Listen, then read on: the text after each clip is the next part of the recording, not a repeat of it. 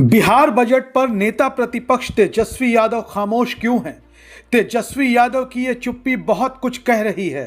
दरअसल हमारे देश में यह परंपरा है कि जैसे ही केंद्रीय बजट पेश होता है या फिर राज्य सरकारों का बजट पेश होता है तो उसे सत्ता में बैठी पार्टी सराहना करती है और विपक्ष उसे निराशाजनक बताते हुए खारिज कर देता है। लेकिन मंगलवार को जब बिहार सरकार ने अपना बजट पेश किया तो लोग बिहार के नेता प्रतिपक्ष तेजस्वी यादव की प्रतिक्रिया का इंतजार करने लगे।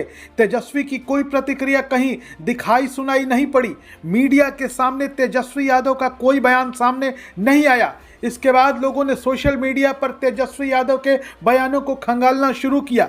लोगों ने तेजस्वी यादव के एक्स अकाउंट को चेक किया, वहां कुछ नहीं था।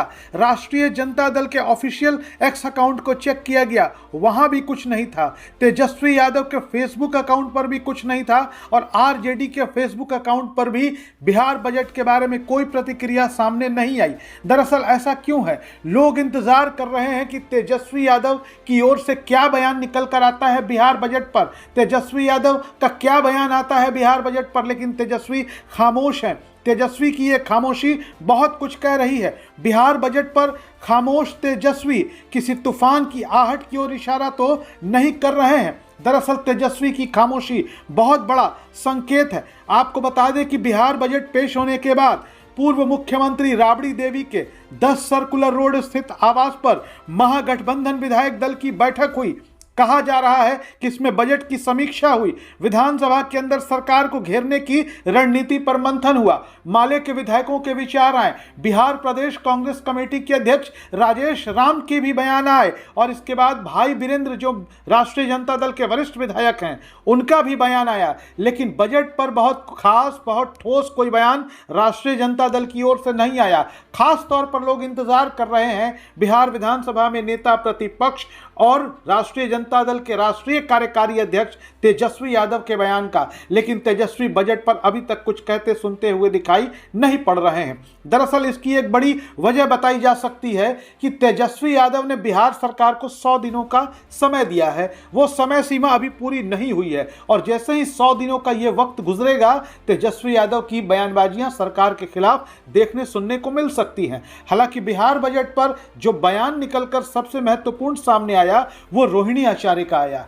तेजस्वी यादव की बहन और परिवार से इन दिनों नाराज चल रही रोहिणी आचार्य ने सोशल मीडिया के जरिए बिहार बजट पर अपनी राय रखी और इसे आंकड़ों की बाजीगरी वाला बजट करार दे दिया। रोहिणी ने कहा कि आंकड़ों की बाजीगरी वाले बजट को प्रस्तुत कर खुद अपनी पीठ थपथपाने से पहले नीतीश सरकार को यह समझना होगा कि आर्थिक विकास के साथ मानव विकास और मानव विकास की खुशहाली के सूचकों का सतत मूल्यांकन किए जाने वाली आर्थिक नीति व अर्थव्यवस्था आज बिहार की सबसे बड़ी जरूरत है। मगर अफसोस की बात है कि आज प्रस्तुत किया गया बजट इस पर मौन है। रोहिणी यही नहीं थमती। रोहिणी बड़ा हमला करते हुए बिहार सरकार पर कहती हैं कि डबल इंजन वाली सरकार के नीति निर्धारकों को शायद यह भान नहीं है कि विकास का पीटा जाने वाला झूठा ढिंढोरा भी जल्द ही दम तोड़ देगा।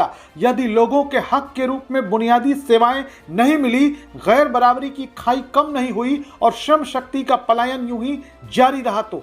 गौरतलब है कि प्रति व्यक्ति आय के मामले में बिहार देश के सबसे पिछड़े राज्यों में शुमार है और कल ही जारी हुई आर्थिक सर्वेक्षण रिपोर्ट से ही जाहिर है कि पिछले 2 सालों से बिहार के विकास दर में गिरावट दर्ज हो रही है और पिछले 10 सालों में बिहार के 250 कारखाने दूसरे राज्यों में शिफ्ट हो गए। तो रोहिणी ने एक लंबा चौड़ा लेख लिखकर बिहार सरकार को इस बजट पर तो घेरा, लेकिन रोहिणी के भाई और तेजस्वी यादव जिनके पास अब डबल जिम्मेदारी है, वो बिहार के विधानसभा में विपक्ष के नेता हैं, विरोधी दल के नेता हैं, साथ ही राष्ट्रीय जनता दल की कमान भी अब उनके हाथों में है। ऐसे में लोगों को उम्मीद थी, जो सरकार के विरोधी हैं, जो तेजस्वी के समर्थक हैं, महागठबंधन के वोटर हैं, वो तेजस्वी यादव की प्रतिक्रिया का इंतजार अब भी कर रहे हैं। संभव है कि तेजस्वी जरूर बिहार बजट पर अपनी प्रतिक्रिया देंगे।